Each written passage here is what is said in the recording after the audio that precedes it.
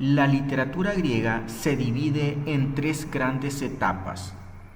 Escuchemos. En primer lugar, la época denominada arcaica, es decir, la más antigua, que se encuentra entre los siglos 8 y 6 a.C. En segundo lugar, la época clásica, entre los siglos 5 y 4 a.C. En tercer lugar, la época helenística, entre los siglos 3 y 2 a.C. La literatura latina se escribió durante la República Romana, es decir, entre el año 509 a.C. y el 27 a.C., que fue el año en que se inicia el Imperio Romano, que duró hasta el año 476 después de Cristo. Hablamos de literatura grecolatina porque las dos tradiciones, Grecia y Roma, estuvieron muy vinculadas culturalmente, puesto que los escritores latinos imitaron, tradujeron y recrearon las obras griegas. En este sentido, la literatura latina no es original, sino que es una derivación de la griega. En la literatura grecolatina, los mitos adquieren un papel preponderante. Los mitos son narraciones cuyos protagonistas son dioses y héroes. Los héroes son hijos de un dios y de un ser humano. Mediante los mitos, las religiones de Grecia y Roma se explicaban fenómenos de la naturaleza y al mismo tiempo son la representación de los valores morales y de la psicología del ser humano. Los seres mitológicos aparecen en dos obras del poeta griego Homero, la Ilíada y la Odisea, y en otras dos obras de Hesíodo, la Teogonía y los Trabajos y los Días. Homero y Hesíodo son dos autores del siglo 8 a.C. El dios Crono y su hermana Rea procrearon a los dioses del Olimpo, los cuales se rebelan contra su padre.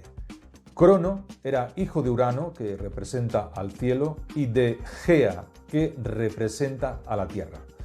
Una vez derrotado Crono por sus propios hijos, estos dioses del Olimpo se repartieron el mundo. A Zeus le correspondió el cielo y es además el dios que gobierna a los demás dioses. A Poseidón le perteneció el mar, a Hades el inframundo. Deméter, por su parte, es la diosa de los cultivos.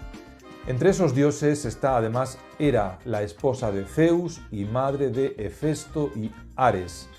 Hera es la protectora del matrimonio. Zeus tuvo otras relaciones de las que nacieron Apolo, Atenea, Hermes, Dioniso y Artemisa. Y finalmente Afrodita.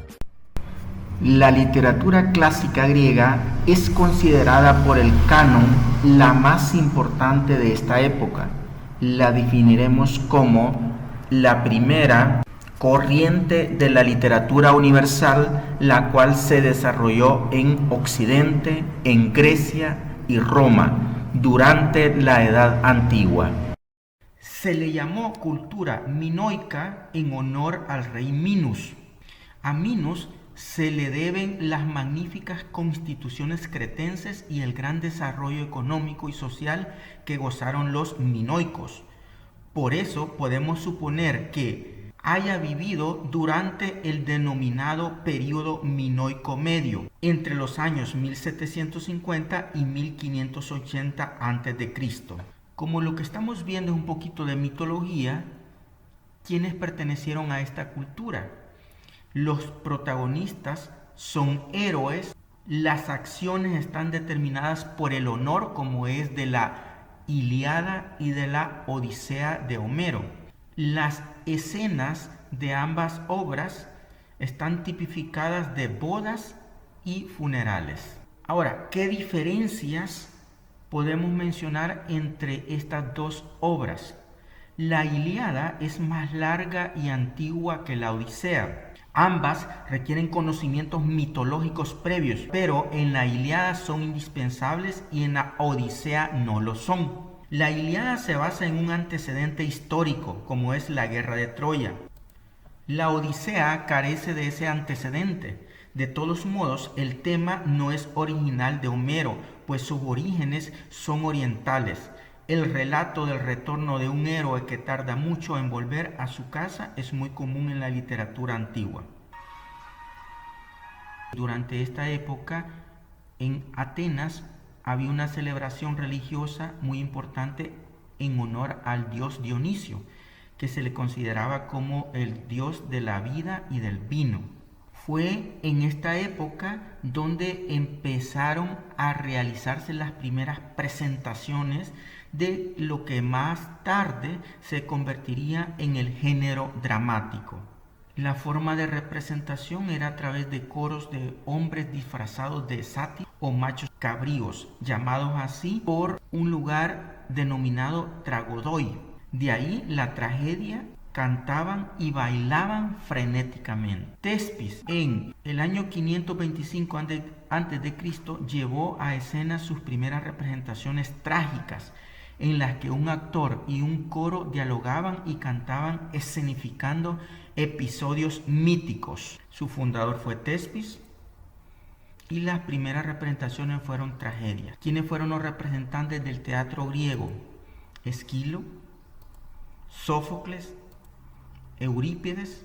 En la Grecia antigua predominó la producción artística, en la escultura especialmente fue la idea de belleza.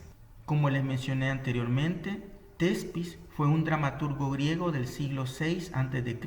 y fue considerado uno de los padres griegos del teatro y el primer actor de la historia. Pueden ver acá que el concepto de orden arquitectónico es otro de los aportes más característicos de los grecolatinos al desarrollo del arte occidental. Y la religión tenía un carácter social y estaba vinculado a la ciudad y el estado. Los dioses de la época clásica grecolatina tienen un nombre griego y otro romano, porque los romanos aceptaron como propio el panteón griego y a sus divinidades. Digamos que esto ha sido un poco de historia de la época grecolatina.